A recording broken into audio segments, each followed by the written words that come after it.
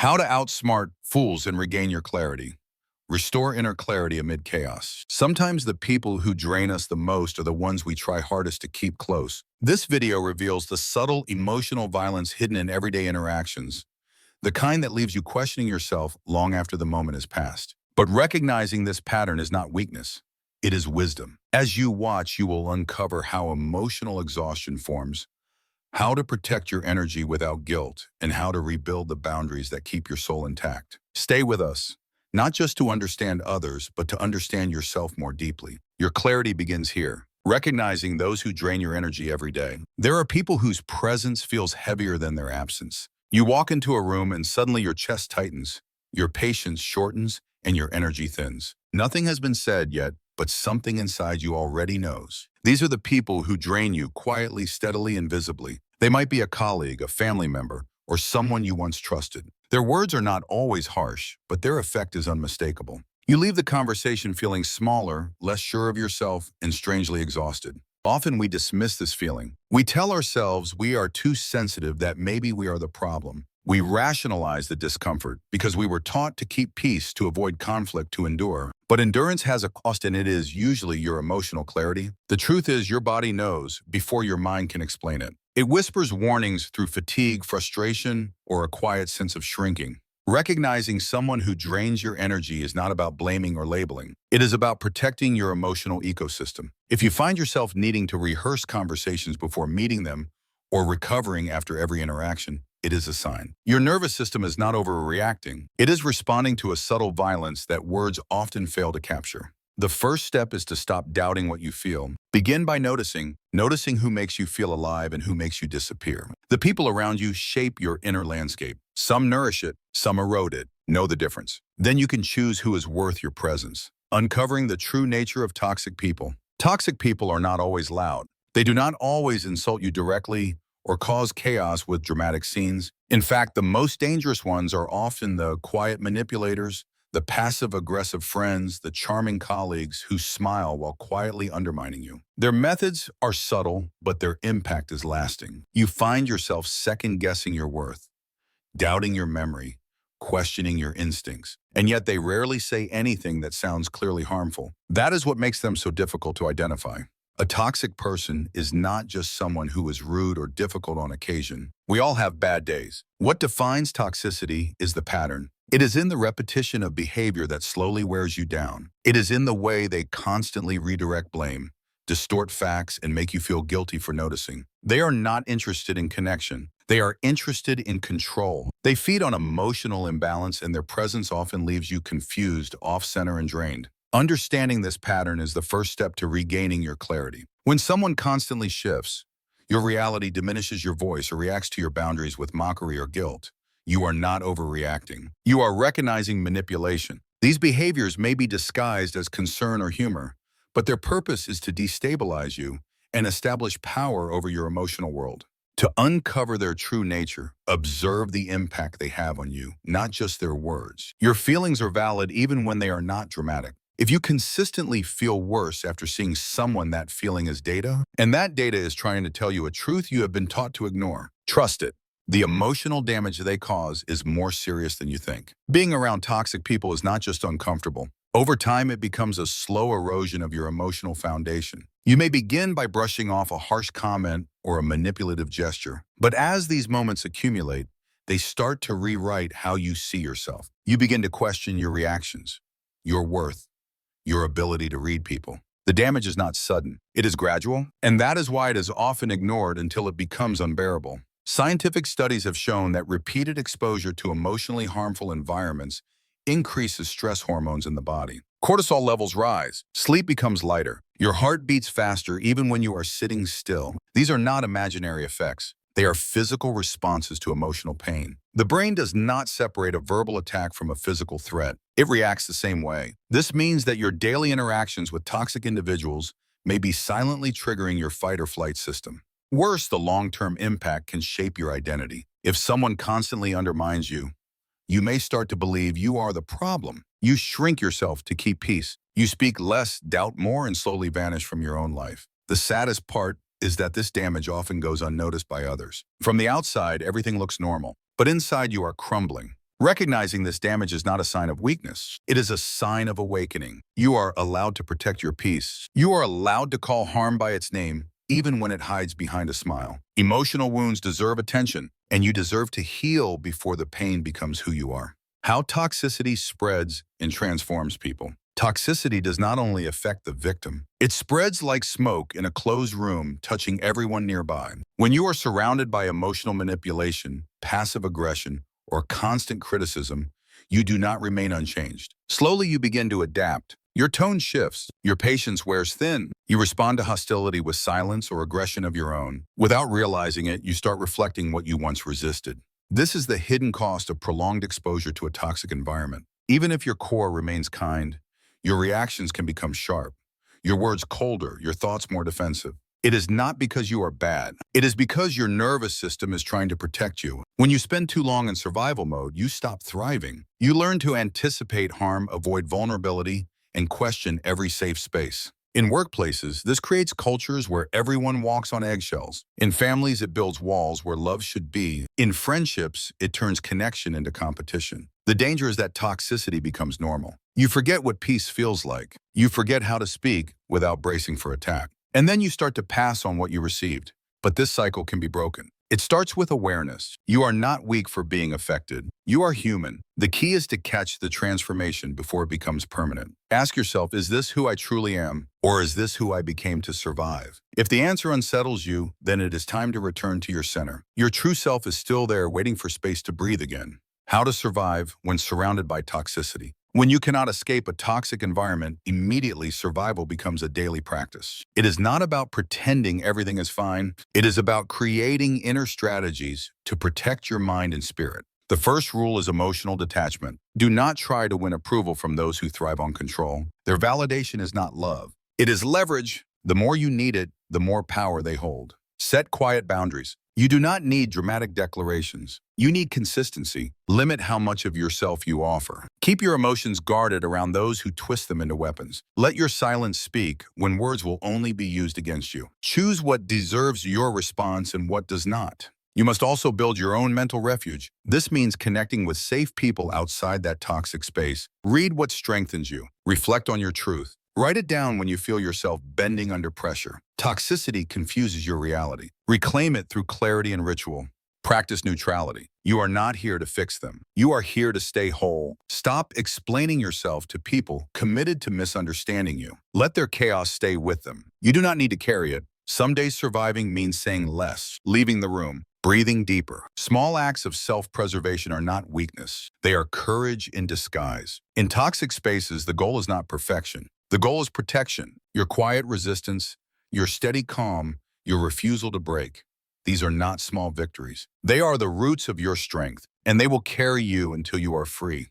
When confrontation becomes unavoidable, there comes a moment when silence is no longer strength, but surrender. You have endured, you have observed, you have stayed composed. But some patterns do not stop unless they are named. Some people will not respect boundaries unless they are enforced. In these moments, confrontation becomes necessary, not to argue, not to punish, but to protect. Confrontation, when done with clarity, is not aggression. It is declaration. It is the act of reclaiming your space without shouting. The key is to stay calm. Do not speak to wound, speak to draw the line. Be direct, but not defensive. Say what is no longer acceptable and what the consequence will be if it continues. Then hold that line. The goal is not to change the other person. Most toxic individuals do not reflect on their behavior. The goal is to stand up for your sanity. You are not asking for permission. You are making a decision, and you must follow it with action, not more explanation. Do not fall into the trap of over-explaining. The more you justify, the more room they have to twist your words. Let your clarity speak for itself. If they push back, stay still. If they mock your firmness, stay grounded. Your peace is not up for negotiation. Sometimes the strongest confrontation is short, a single sentence, a refusal to engage further, a decision to leave the room, the job, or even the relationship. Not out of anger, but self-respect. Confrontation is not about power over others. It is about power within. When done right, it is not a fight. It is a boundary that finally holds. Knowing when to walk away to protect your inner peace. There is a moment when staying becomes more damaging than leaving. You have tried understanding. You have offered compassion. You have set boundaries. But some environments are not meant to be repaired. Some people are not ready to meet you halfway. When every attempt to connect turns into another wound, the most courageous act is not to keep trying. It is to walk away. Walking away is not weakness. It is strength born from clarity. It is the decision to stop participating in what constantly harms you. You are not abandoning anyone. You are returning to yourself. You are choosing peace over chaos, healing over exhaustion, self-worth over approval. And that choice is not selfish. It is survival. Many people stay too long because they fear the unknown. They worry about judgment or guilt. But the longer you stay in a place that erodes your spirit, the more disconnected you become from who you really are. You begin to shrink to fit what no longer serves you. You pretend you are fine when inside you are fading. The moment you consider leaving, your soul has already moved. Your body is simply waiting for your permission. Listen to that quiet voice. It does not scream. It whispers truth. It reminds you that peace is not found in fixing others, but in freeing yourself. Walking away is not about giving up. It is about growing up. It is not about turning your back on people. It is about turning toward yourself. And when you finally take that step, the ground beneath you will not collapse. It will rise to meet you. How long can you endure before it becomes weakness? Endurance is often seen as strength. We admire those who stay, who tolerate, who remain calm in storms. But endurance has a limit. What begins as resilience can quietly turn into self-abandonment. There is a thin line between patience and silence that silences you. When you keep tolerating harm for the sake of peace, you are no longer preserving harmony. You are sacrificing yourself. Not every battle needs to be fought, but not every wound should be ignored. The danger lies in thinking that holding on is always noble. Sometimes letting go is the real courage. When your voice is always quiet, when your needs are always postponed, when your pain is always hidden, it is not strength. It is a slow erasure. The world often praises those who endure without complaint. But what is the cost? What do you lose each time you swallow your truth to avoid conflict? What version of yourself is left when you are always adjusting to protect others from your discomfort? You are allowed to speak. You are allowed to say no. You are allowed to ask for more. Endurance should not be a prison. It should be a choice rooted in dignity, not fear. And when it no longer feels like a choice, it is time to pause. Ask yourself why you keep enduring. Is it because you believe they will change, or because you have forgotten that you deserve better? True strength is not in how much you can take. It is in knowing when enough is enough. You are not here to prove your pain threshold. You are here to protect your light before it fades, returning inward to preserve your true self. When the world outside becomes too loud, too demanding, too unkind, the only safe direction left is inward. In toxic environments, you are constantly pulled away from yourself. You begin reacting more than choosing, surviving more than living. Over time, your sense of who you are blurs. That is why returning inward is not an escape. It is an act of survival. It is how you remember who you were before the noise. Returning inward means reclaiming your thoughts before others shape them. It means observing your emotions without judgment and listening to your needs without shame. It is a quiet but powerful decision to stop outsourcing your worth. You no longer wait for their approval to feel enough. You turn your gaze inward and rebuild your foundation from within. This process takes time. Some days it means creating silence in a noisy room. Other days it means protecting your energy by walking away from chaos. And sometimes it means simply breathing and reminding yourself that you are allowed to exist as you are without explanation. When you return inward, you start to see clearly again. You recognize what feels right, what feels wrong, what feels like you. You remember what peace feels like in your body. And with that clarity, you begin to make different choices. Not out of fear, but from a grounded sense of self. In a world that constantly tries to define you, staying connected to your inner truth is a form of resistance. It is how you stay whole in a world that tries to pull you apart. The deeper you return to yourself, the stronger you become. And no one can take that away from you. Reclaiming your power to begin healing. Healing does not begin when others apologize. It begins the moment you decide to stop waiting. The pain may not be your fault, but the recovery is your responsibility. You cannot control how others behave, but you can choose what you carry. And you do not have to carry everything that hurt you. Reclaiming your power starts with recognition. Recognizing the patterns that keep you stuck. Recognizing the roles you were forced into. Recognizing the silence you accepted to keep peace. This awareness is not blame. It is the doorway to freedom, because you cannot change what you refuse to see. Next comes choice. The choice to stop just surviving and start rebuilding. The choice to stop explaining your pain to those committed to misunderstanding you. The choice to speak, to rest, to walk away, to create. Healing is not always loud. Sometimes it looks like protecting your energy without apology. Sometimes it means forgiving yourself for staying too long. Your power is not in how loudly you fight. It is in how deeply you return to yourself. You are not weak because you broke. You are strong because you are rebuilding with awareness. You are not defined by what happened to you. You are defined by how you rise. To begin healing is not to forget. It is to shift the weight, to say this pain no longer owns me. This story no longer controls me. You rewrite your life not by erasing the past, but by choosing how it lives in you. And in that choice, your power returns. Understand without hatred the root of toxic behavior. Toxic behavior is not born in a vacuum. It is often the product of pain that was never healed, fear that was never spoken, and worth that was never affirmed. Many people who harm others were once harmed themselves. This does not excuse the damage they caused, but it offers a deeper perspective. To understand without hatred is not to accept abuse. It is to see the full picture, to recognize that suffering often repeats itself when left unchecked. People who manipulate, control, or humiliate are often operating from their own unresolved wounds. Perhaps they grew up unseen, constantly criticized, or taught that love must be earned through dominance. These lessons become masks, and behind those masks are people who never learned how to relate in healthy ways. They survive by wounding because that is what they were taught. When you begin to understand this, you shift your energy. You stop asking why they are like this and start asking what you need to stay whole. You stop trying to change them and start choosing yourself. Compassion does not mean staying. It means recognizing the humanity without sacrificing your own. To understand without hatred is not a weakness. It is a wisdom that frees you. It allows you to release the weight of resentment. You do not forgive to excuse. You forgive to untie the rope that binds you to what broke you. In that release, you are no longer a victim of their story. You become the author of your own, living with purpose, not just in defense. When you have spent too long protecting yourself, life can start to feel like a battlefield. Every decision becomes a calculation. Every interaction feels like a risk. Your energy is poured into avoiding harm instead of building joy. You become skilled at surviving, but forget how to live. That is the cost of long-term defense. It protects you, but it can also trap you.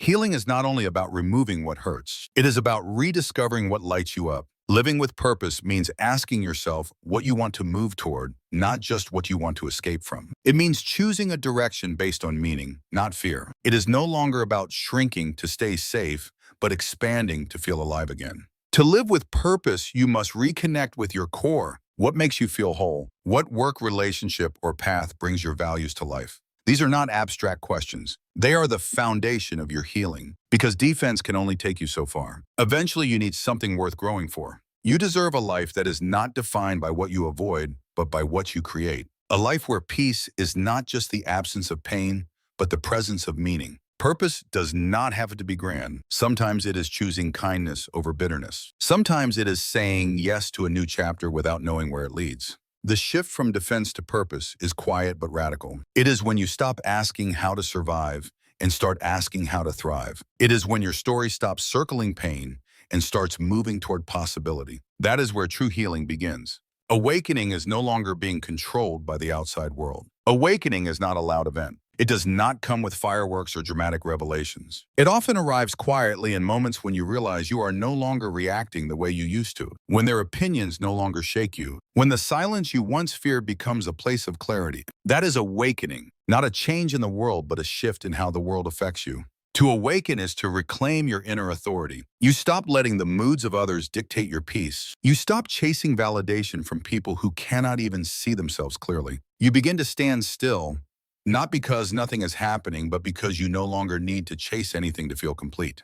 Awakening is the end of permission seeking. You no longer need approval to be who you are. You understand that your truth does not require explanation. Your boundaries do not need consensus. Your path does not need to look like anyone else's. You stop apologizing for taking up space. This freedom does not make you cold. It makes you whole. You feel more, not less. But now your emotions are not scattered by chaos. They are held by a center that cannot be shaken. You are grounded in something deeper than reaction. You are rooted in awareness. Awakening is not a destination. It is a practice, a returning, a remembering that who you are is not up for debate, that the noise outside does not define the stillness within, and that no matter what happens around you, you remain yours, fully, calmly, and without compromise. Healing is not a straight line. It is a return again and again to your own truth. You may lose yourself in noise and people in pain, but every moment you choose to come back to yourself, you grow stronger. In a world that teaches you to endure, choose instead to awaken. Not to fight louder, but to live deeper. Your peace is your power.